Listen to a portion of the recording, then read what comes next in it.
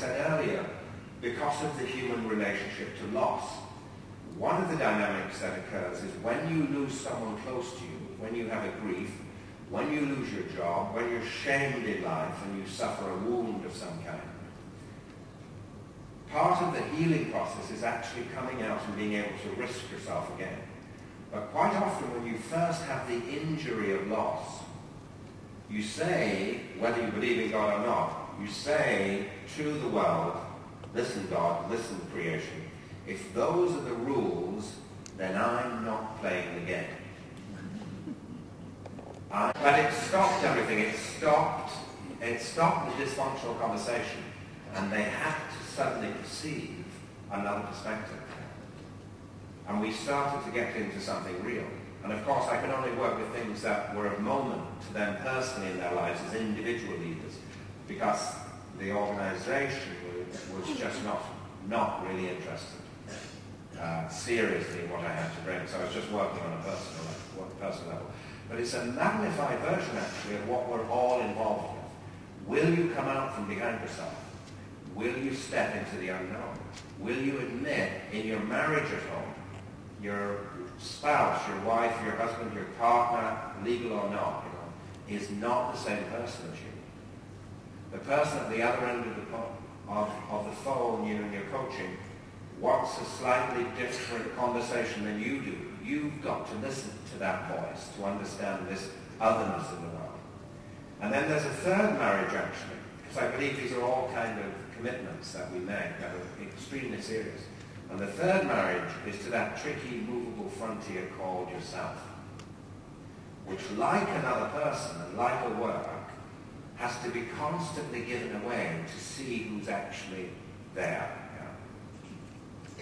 That we're actually married to ourselves in a very deep way, and we have to find a space for the silent internal conversation that helps us to arrive at the present reality. And in fact, this internal marriage, this internal conversation, is the foundational conversation that arbitrates all the other necessary courageous conversations in the outer world.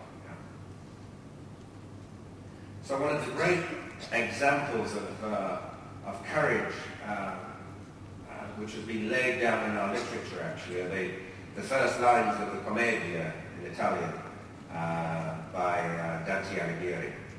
And the interesting thing about Dante, we see now as a cultural literate icon, was he never set out in his life to become a great writer. He was a political player in the political organization of Florence, or Firenze, the turn of the 12th and 13th centuries. And he found himself on the wrong side of the political conversation, and he was pushed out of office, and he was condemned to death. The stakes were very high in that particular form of conversation. And it looked as if he was going to be executed. And then at the last moment, this sentence was changed to life exile from the city. And so to an Italian, to a Florentine, this is like a living death. Because even today I have friends who are Florentine, I go to Florence every year. And if you even mention that you're going to waste your time looking at that dump called Siena, only 40 kilometers, they want to know, why would you go to Siena? We have everything there. Nostrale, they say, in the local area. Ours, it's the best. Yeah.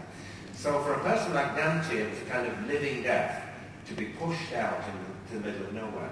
It would be just as if people were waiting for you at this door when you came out of this conference. And they said, I'm sorry, but we can't go into the coaching world. And you're not allowed to work even. And you're not allowed to live in your home anymore, nor in the country of your birth. You have to go and live elsewhere where no one knows you and you know nobody else. So this is, you can imagine the way that this would tear at the edges of your sanity. And so this is where Dante found himself. And there are three possible paths that a human being can take at this moment. When you're faced with a vulnerability, with a trauma, with a blow, an injury like this in your life, one really good strategy is to pretend that it didn't happen. To pretend that it didn't happen. and to carry on as if you're still exactly as you were before the event, before the loss. And you grow a kind of carapace, a kind of shell around this empty interior.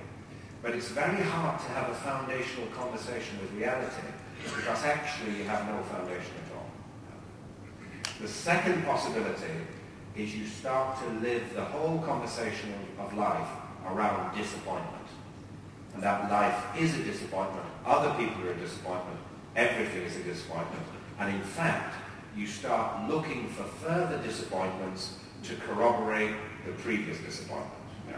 And we've all met people who are hungry to be disappointed. And you meet them, and it's only a matter of time before they say to you, I knew it, you're just like everyone else. And they should have just said it when they first met you because it was just a matter of time. And the third possibility, and that's the courageous possibility that Dante Alighieri took, is you look reality right in the eyes, and you see what is there. And when you do that, almost always, you don't recognize what you see. Why? Because the story you were telling yourself is no longer real. It may not have been real before, but it's certainly not real now. And so the first lines of the Commedia are just about absolute grounded reality. He says, and in Italian he says, in medieval Italian he says, nel mezzo del cammin di nostra vita mi ritrovai per una selva oscura che la diritta via è la smarrita. Nel mezzo del cammin di nostra vita mi ritrovai per una selva oscura che la diritta via è la smarrita. In the middle of the road of our lives, of my life, I awoke, I awoke in a dark wood where the true way was wholly lost. Yeah. So beautiful and beautifully true. And you always know you've written something that must be good, or at least a little bit good, when other people put the word divine before whatever title you gave to your piece. The merciful thing about conversation as a way of understanding reality is, by definition, you don't have to have the whole conversation at once. All you've got to do is begin it and keep it alive.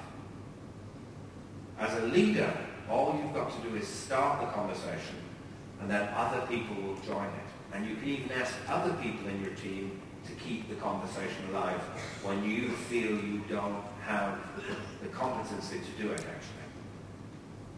A good conversation has a kind of buoyancy that floats you along into the future.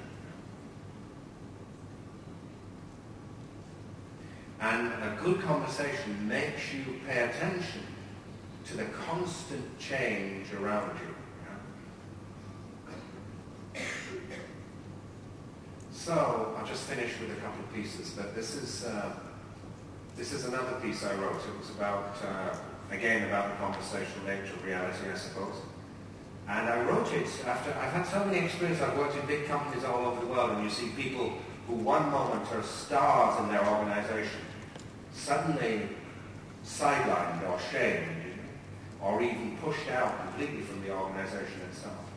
And many of the people I got to know as friends, or sometimes as enemies also, which is another kind of friend. Yeah? And sometimes you see a person just disappear because the public shaming or the public sidelining was so obvious they can never recover again, really. And so they go off and they make a non-Dantean life around disappointment. But the people who have real resilience seem to have some kind of internal conversational foundation that they can return to. And from that foundation, they take a step into their new life, a Dantean step into that narrow piece of ground. And so I was sat at my writing desk and I was thinking about what is it that a person has that allows them to go through the necessary losses and difficulties of existence. Because it's a great release to think that there's nothing you can do to stop disasters from happening. Equally, there's nothing you can do, if you're sincere, to stop success from happening to you too. But as human beings, we do not get to choose between the two sides, the fullness of life and the disappearance. And it seems to me that the people who are able to hold the full conversation, to hold the loss as well as the gift, are the people who understand how they're made and what particular foundational conversation in life they were made for. Yes. And all of our great spiritual and contemplative and religious and philosophical and artistic traditions say that every human being is a recipe which has not appeared since the beginning of time and never will until the end of time. That you hold a conversation of life which has a slightly different coloration and tonality than the conversation that I hold. And therefore you have a different destiny ahead of you. You have a different world that awaits you. And therefore every human being is absolutely unique, because that threshold will never ever occur again, and never has ever occurred since the beginning of time. And part of the secret discipline of life is simply to hold the conversation in the best way you can. And in many ways to see loss or gain as a kind of existential irrelevance. But to be courageously present, because at the end, it's all going to be taken away from you anyway. And if you make a lot of money, it's most of it going to be spent by people who never appreciated how you earned it in the first place.